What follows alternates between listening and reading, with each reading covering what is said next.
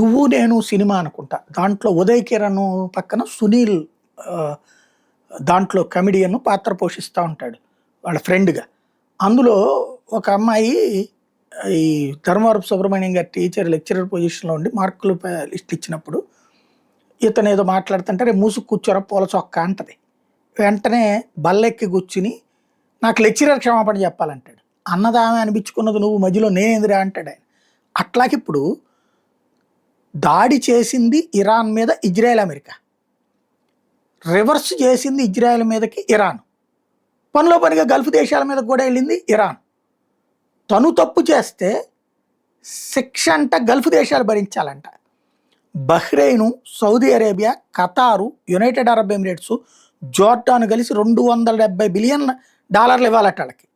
ఇప్పుడు నేను అమెరికా చర్చల్లో అది కూడా వన్ ఆఫ్ ద పార్ట్ అనమాట. ఎందుకంటే వాళ్ళ ఎయిర్ బేసుల నుంచి వాళ్ళ దేశంలో ఉన్నటువంటి అమెరికా స్థావరాల నుంచి ఆ స్థావరాలు వాడుకున్నారు. అమెరికాకి వాయు మార్గం కూడా ఇచ్చారు, అనుమతి ఇచ్చారు. ఈ అమెరికా ఇజ్రాయెల్ దాడులకు సహకరించారు. కాబట్టి ఈ డబ్బులు మాకు చెల్లించాలి. ఇది ఇరాన్ ఐక్యరాజ్య సమితిలో ఉన్నటువంటి ఇరాన్ రాయబారి అమీర్ సయీద్ డిమాండ్ అనమాట. యునైటెడ్ నేషన్స్ భద్రతా మండలి రికార్డుకి ఓ లేఖలో ఇది చెప్పుకొచ్చారు. అంటే వీళ్ళు దాడులు చేస్తారు, వాళ్ళు పరిహారం ఇవ్వాలి. ఇప్పుడు మనందరం దానివల్ల సఫర్ అయ్యాం. మనకి పెట్రోల్ డీజిల్ కొరత ఏర్పడింది, గ్యాస్ కొరత ఏర్పడింది, డబ్బులు ఎక్కువైనాయి. ఇవన్నీ మరి ఇరాన్ కడతదా?